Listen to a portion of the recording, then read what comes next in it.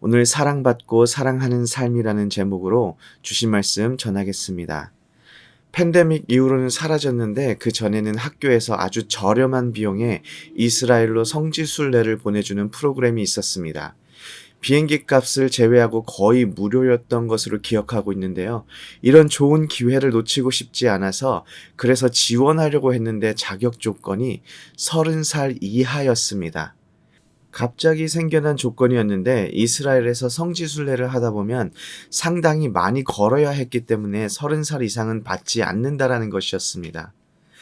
아니, 육군 수색중대 병장 만기 전역을 했던 전력이 있는 저는 너무 자존심이 상하는 이야기였지만 어쩔 수 없이 포기해야 했습니다.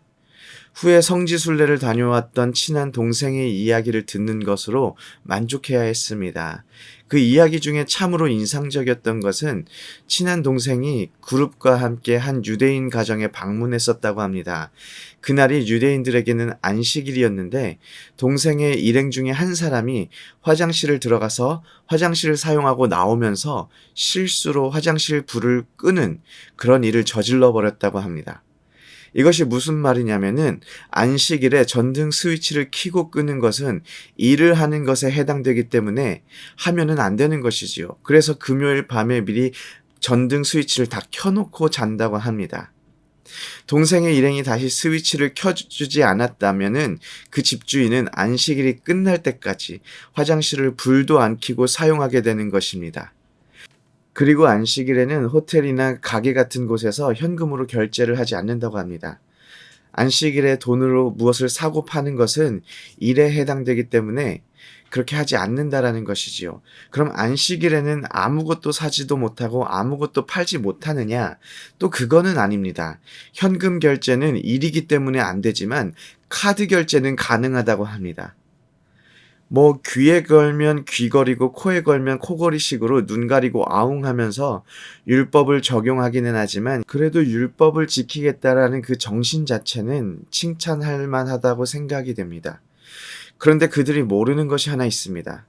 그들이 모든 율법을 다 열심히 불 꺼진 깜깜한 화장실에서 볼일을 보면서까지 지킨다 하더라도 한 가지 최고의 법을 지키지 못한다면 모두를 범한 자가 된다는 사실을 모르고 있습니다. 오늘 말씀 10절을 보면 누구든지 온 율법을 다 지키다가 그 하나를 범하면 모두 범한 자가 되나니 라고 기록되어 있는데 그 하나가 무엇인지 아시겠습니까? 바로 최고의 법인 이웃사랑입니다.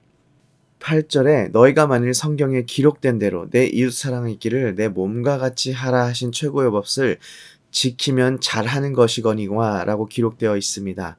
마태복음 22장을 보면 한 율법사가 예수님께 나와서 선생님 율법 중에 어느 계명이 크니까 라고 물어봅니다.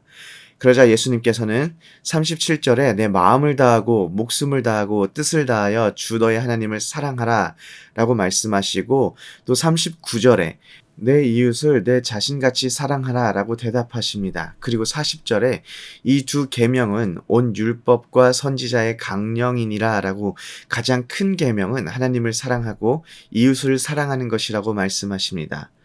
오늘 야고보서에서는 특히 두 번째, 내 이웃을 내 자신과 같이 사랑하라라는 계명을 아주 강력하게 강조하고 있습니다.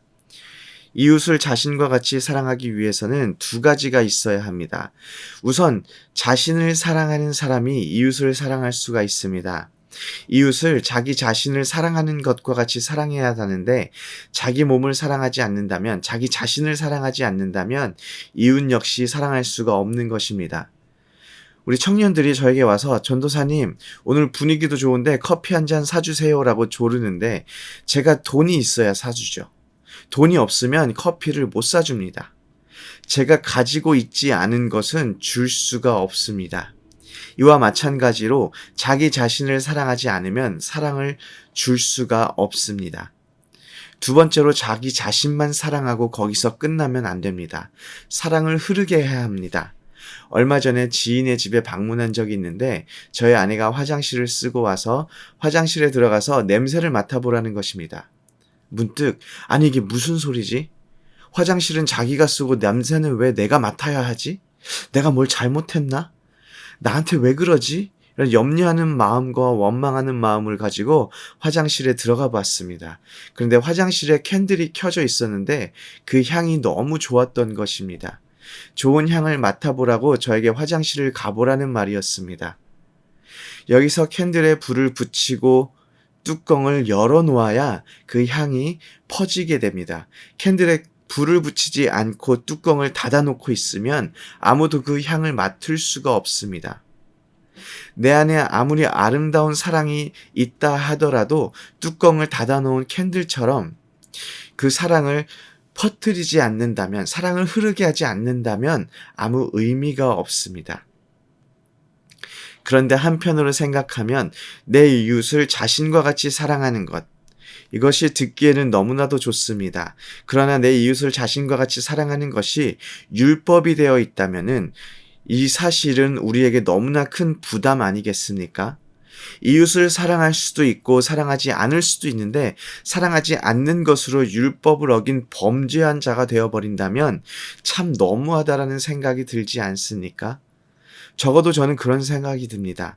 저는 제 주위의 사람들을 다 잘해주려고 합니다. 신경 써주고 필요한 것이 있으면 채워주고 싶지만 매번 모든 사람을 다 저의 자신과 같이 사랑하기는 쉽지가 않습니다.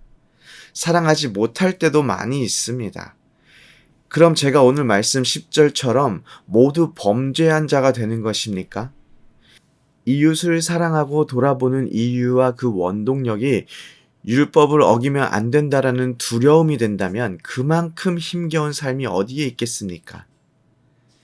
오늘 본문을 정확하게 이해하기 위해서는 앞전의 본문을 이해해야 합니다. 야고보에 의하면 그리스도인들이 회당에 들어오는 사람들을 그들의 겉모습을 보며 차별했던 것으로 보여집니다.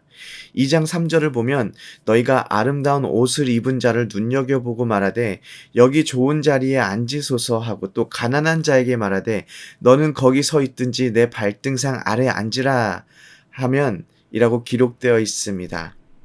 우리는 어떻습니까? 아마 가난하고 부유한 것을 보면서 적극적으로 차별을 하는 사람은 우리 가운데 없을 것으로 보입니다. 그런데 다른 것들, 학벌이나 사회적 지위, 혹은 서로 맞지 않는 성격을 통해서 나와 달라, 나와 같은 부류가 아니야 라고 생각하지는 않습니까? 이런 일들이 빈번하게 일어나는 상황 속에서 야고보는 예수님께서 말씀해 주신 가장 큰 계명을 다시 한번 이야기하면서 이웃들을 자신과 같이 사랑할 것을 강력하게 주장하고 있는 것입니다. 율법을 지키기 위해서 이웃을 사랑하는 것이 아니라 그리스도를 믿는 공동체가 편견과 차별에 사로잡혀서 서로 나눠지는 것을 막기 위하여 이웃 사랑을 강조하고 있는 것입니다.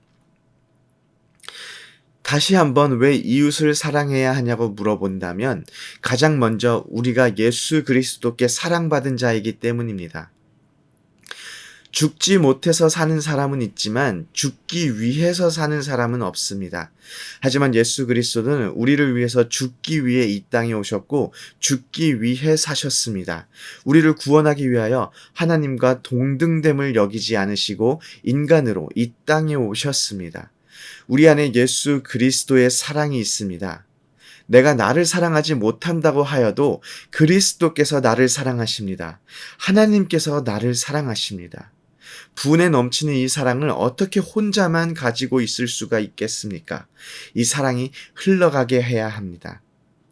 또한 내가 하나님께 이렇게 큰 사랑받은 자인 것 같이 함께 믿는 믿음의 공동체, 이웃들 역시 하나님께 이런 큰 사랑을 받은 사람들입니다. 하나님께서 사랑하시고 예수 그리스도께서 십자가에 죽기까지 사랑한 사람들을 어찌 하나님의 사랑을 품은 예수 그리스도를 가슴에 품은 우리가 사랑하지 못하고 외면해야 하겠습니까? 우리가 쉽게 사랑을 떠올릴 때 우리는 감정을 떠올립니다. 하지만 예수님 당시 문화 속에서 사랑은 감정보다 행동이 우선이 됩니다. 우리는 사랑을 생각할 때 가슴이 설레이는 것, 혹은 계속 보고 싶고 무언가 해주고 싶은 마음을 가장 먼저 떠올린다면 예수님 당시 문화 속에서 사랑을 생각하면 가장 먼저 상대방의 필요를 채워주는 것, 상대방에게 붙어 있는 것, 상대방을 돌보아 주는 것을 먼저 떠올렸습니다. 사랑하라라는 명령이 감정에 기반된 명령이었다면 이것은 참으로 부당한 명령이지만, 사랑이 행동에 기반된 명령이라면 충분히 지킬 수 있는 명령이 됩니다. 내 이웃을 내 자신과 같이 사랑하는 명령을 통해서 하나님께서 기대하는 것은 무엇일까요? 저는 하나님 안에서 살아가는 서로 섬기는 사랑의 공동체라는 생각을 하곤 합니다. 예수 그리스도를 통한 하나님의 사랑이 우리 안에 있습니다.